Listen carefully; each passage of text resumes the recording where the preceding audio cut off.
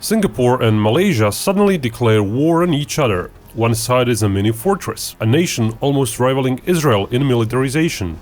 The other is 6 times bigger when it comes to population, but also 6 times poorer per citizen, leading to somewhat comparable ground troop figures. Singapore uses modern F-15s and F-16s, while Malaysia uses older planes and has roughly about a third of Singapore's numbers. But the Johor Strait, separating the two, is just a kilometer wide. So, who would win?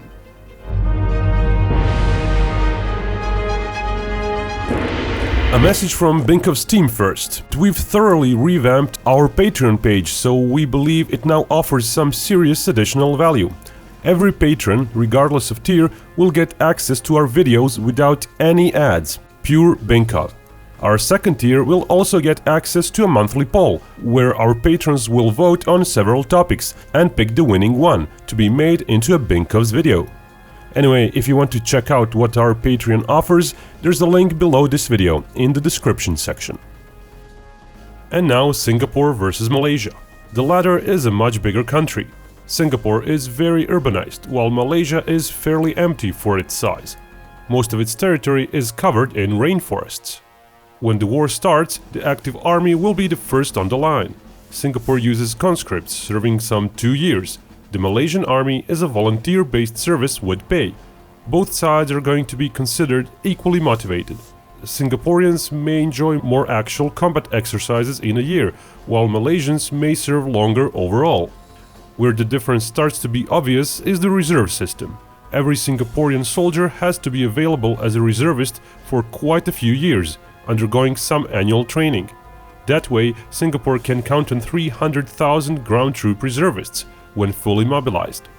Malaysia has a much smaller organized reserve at 37,000, lacking money to ensure annual training and equipment for a larger force. And then there is the People's Volunteer Corps, a paramilitary organization numbering on paper 3 million members, though a tenth of those make up a more active part of the force. The Corps is an amalgam of a police force and a neighborhood watch force, and some 20,000 members have access to personal arms. Given the Johor Strait between the two nations, it is very unlikely the Malaysian edge in total manpower would help them out, as Malaysia could not flood Singapore with troops. Indeed, when it comes to the initial balance of forces, Malaysia would have fewer soldiers present. While Singapore could press its entire force of 12 active duty brigades into service within days, Malaysia would need days more to bring most of its units to the front line, possibly over a week for certain faraway units with heavy equipment. And in a total war, Singapore would absolutely have to go on an early offensive, even though that means performing costly amphibious assaults. The reasons will be discussed later. The Johor Strait is quite narrow, but wide enough to make amphibious crossings quite difficult. There is a bridge and a causeway between the two countries, but those would be destroyed within hours of the start of the war, helping neither side, provided Malaysian special forces react decisively enough to demolish those. The causeway would of course likely remain as a narrow crater embankment littered with rocks sticking out, but impassable for vehicles when under fire. Most of the strait is fairly deep, enough so that non-amphibious vehicles could not cross it on their own. Aside from the causeway remains, the width of the strait makes it hard to perform meaningful crossings, except by boats and helicopters. And the urban surroundings of the strait banks make it easy for the defender to hide various anti-tank, anti-aircraft missiles, machine guns, etc. So any sort of Singaporean force coming in by small boats or helicopters could be kept in check with quite a small Malaysian force. Singapore does have larger landing ships, which Malaysia lacks, but using them in the strait itself would be suicide. They would get damaged in no time as they're too big and too slow. What Singapore would likely do is land a force a bit away from the urban centers. It could try to build that force up and then try to cut off those urban centers from the north. In addition to their ships, a lot of Singaporean vehicles are amphibious, so crossing 10 kilometers on their own, if the weather permits, would also be plausible. Going the eastern route would be harder, as the Johor River estuary is quite wide there and would need to be bypassed by going farther north. The western route is both closer and the flat lands are good for the greater speed of Singaporean superior combat vehicles. Singapore could start landing some of their heavier forces within a day or two, possibly landing a few thousand troops per day by ships, augmenting the few thousand troops going over in their amphibious vehicles, and adding several hundred troops per wave with their helicopters, with possibly several waves per day.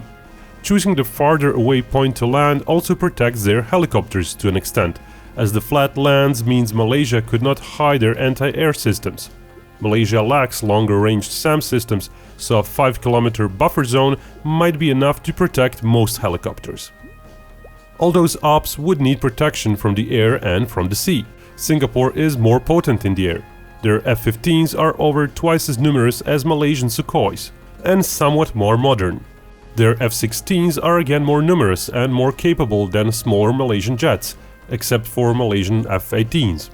One should keep in mind that Singapore is a tiny country, 50 kilometers long, half as much wide, while Malaysia is a sprawling nation, settled on two separate large land masses. Furthermore, Malaysian planes would need to cross a greater distance to get to the front line, which means less time in combat at the front line. To make things worse for the Malaysians, Singaporean air defenses are fairly robust. Shown here are only non-shoulder launch class weapons. Malaysia also lacks aerial radar platforms, while Singapore has 4 Israeli-sourced ones.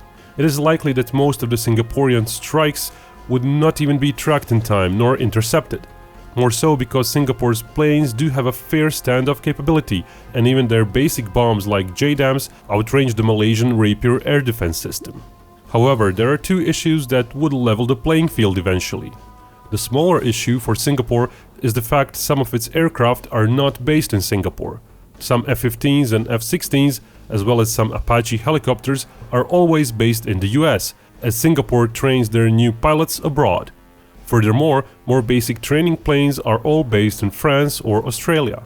Trainer planes could be used in light attack roles in a dire situation. The table shown gives the total of planes inside their countries. Of course, those overseas planes would eventually be brought in as reinforcements. The second issue would be the Malaysian artillery.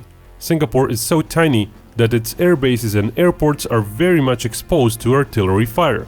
The distances involved means that even 81mm mortar fire could endanger air ops on some of the locations shown. Locating and neutralizing mortars in urban surroundings across the strait would be hard for Singapore. And with longer reach systems, which could be located farther away, it would get even harder. Shutting down those Singaporean air bases would be of utmost importance for Malaysia. But there would be issues with that. Malaysian artillery forces aren't that numerous, and they're not all located near Singapore, so days would be needed to bring most of them in range. While most of those systems do have ample range and could fire from way back, enjoying some protection from Singapore's UAVs and counter-battery fire hunting them, firing from far away has a crucial drawback. The farther away a gun is, the greater the dispersion pattern will be on the target. Typically, the dispersion rate for a 155mm howitzer is some 0.3 to 0.5% in range. Now let's take a look at one of the main air bases in Singapore. It has multiple runways, including the possibility of using the nearby highway. F-15s and F-16s do need to take off and land in order to maintain their ops. They would be faced by two threats. One would be craters on the runways, made by Malaysian artillery. Those craters would likely be a few meters wide, so a single crater may not impede ops, but Malaysians shooting at 3 areas per runway to cut it up in unusable runway lengths could severely impede air ops. With artillery round dispersion, however, perhaps dozens of shots would be needed to make enough craters to neutralize those areas. With multiple areas per runway and multiple runways, neutralizing the shown base may require hundreds, perhaps close to 500 artillery rounds. If the Malaysians manage to get 50% of all of their artillery in position to fire, for which they certainly would need days, they may damage enough of the 5 runways at Tengah Air Base in less than a minute. 10 more minutes may be needed to neutralize all the other runways at other bases or airports. Singapore would surely have planes in the air, trying to intercept the incoming artillery on roads and to suppress the artillery fire once it starts. even at the cost of those planes not having a working runway to land on when out of fuel. Counter-battery fire from Singapore's own artillery would also be an issue. Radars could track incoming Malaysian fire and determine the position of Malaysian artillery. UAVs could help spot the location of a battery firing as well, probably being outside the reach of Malaysian air defenses. And Singapore has dozens of counter-battery radars, seemingly procured because of that very potential Malaysian threat. So it's questionable how long a Malaysian artillery battery could survive after opening fire. It may need to relocate after just a few shots in order to survive, which would limit its overall rate of fire. The damaged runways could be repaired, of course. It might take hours to a day to get the runway back on track, if there is no further artillery fire, of course. The other threat would be shrapnel. Even if a projectile misses the runway, fragments may injure the repair crews or damage the equipment, including planes on the ground. It is thus evident the Singaporean Air Force would still be severely impacted. The Malaysian Air Force would have it just as hard though. The sheer technological and firepower edge of Singapore's air defenses and interceptors would make Malaysia lose some planes on every mission. The issue of a very shallow strategic depth would impact all of Singapore's forces though. Air defense systems would be targeted more easily, as well as artillery batteries and naval ports. Certain areas are merely a dozen kilometers away over the sea. Visual surveillance and retargeting could be performed. Mount Pulai, 40 kilometers away from the center of Singapore, would be very useful as a vantage point for surveillance and targeting. Both sides would be using various high-rise buildings and skyscrapers to help monitor the other side. That's how close the two belligerents would be. As Malaysia brings in more troops and more artillery, Singapore would find it harder to use their edge in the sky. Singapore's own troops coming in from the west would be of utmost importance to completely negate Malaysian artillery. Within a week, Singapore might count on over 10,000 strong force there.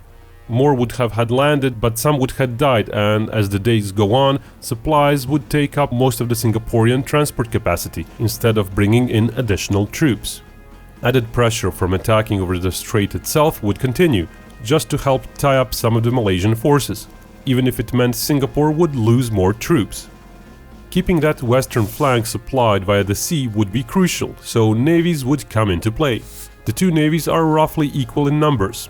Singapore has more subs, but they're older and smaller than Malaysian ones. Two Singaporean subs do feature air-independent propulsion, making them very quiet. The mainstay of Singapore's fleet are its formidable class small frigates, featuring Aster air defense missiles.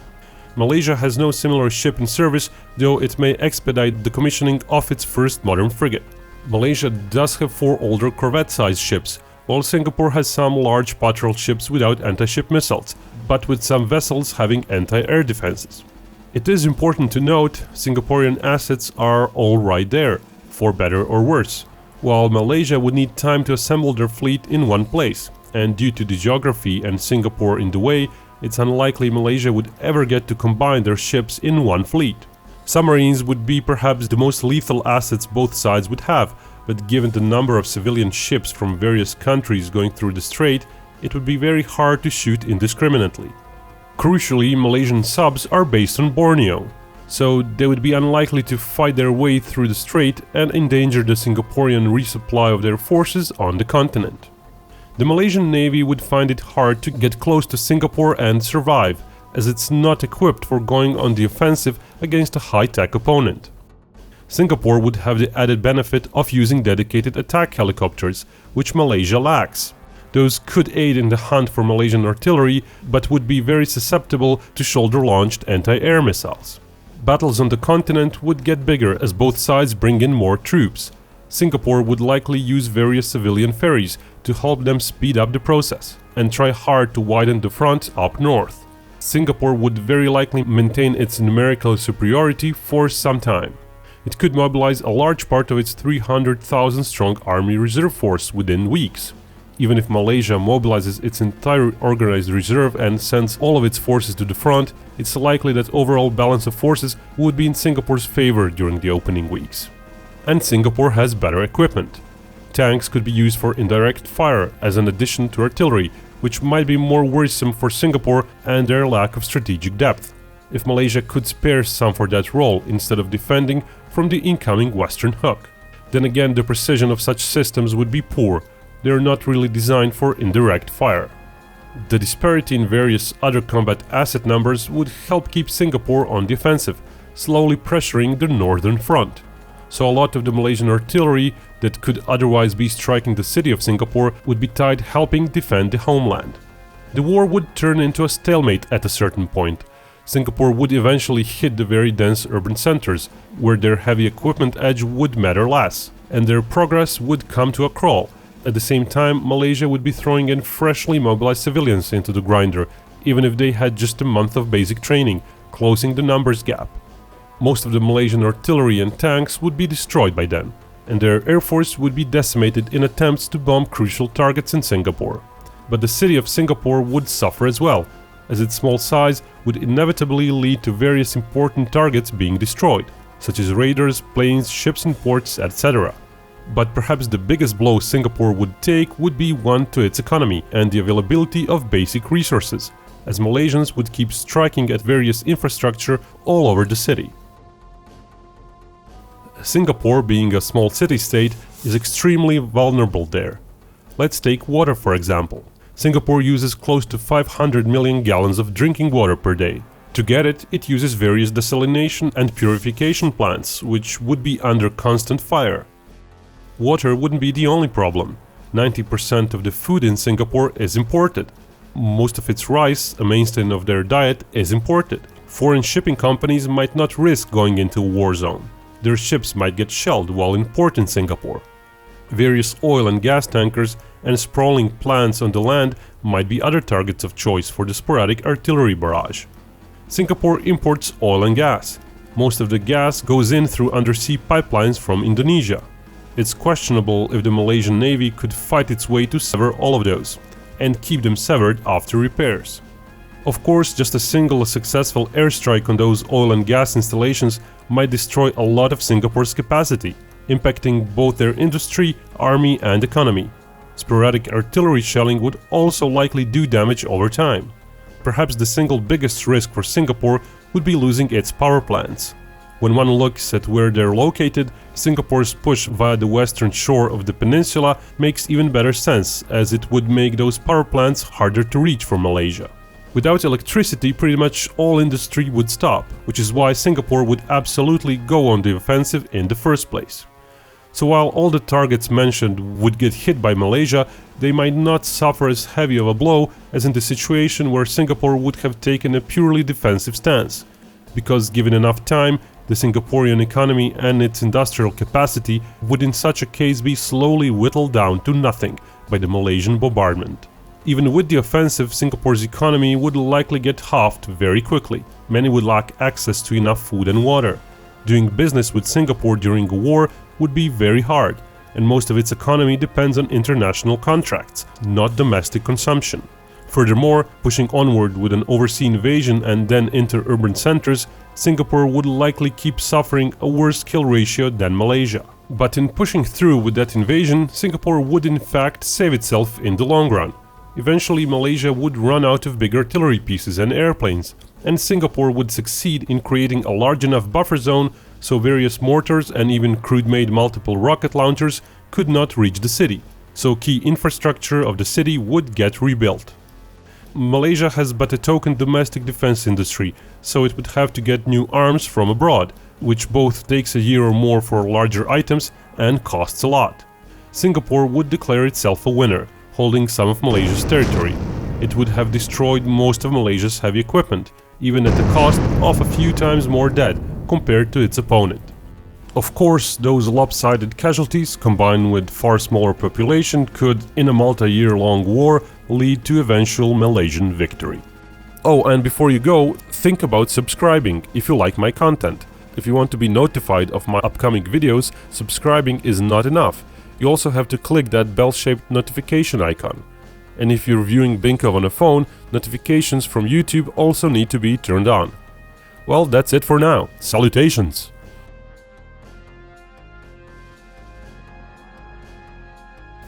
And remember, Binkov may talk about hypothetical wars, but only real peace can bring us all together.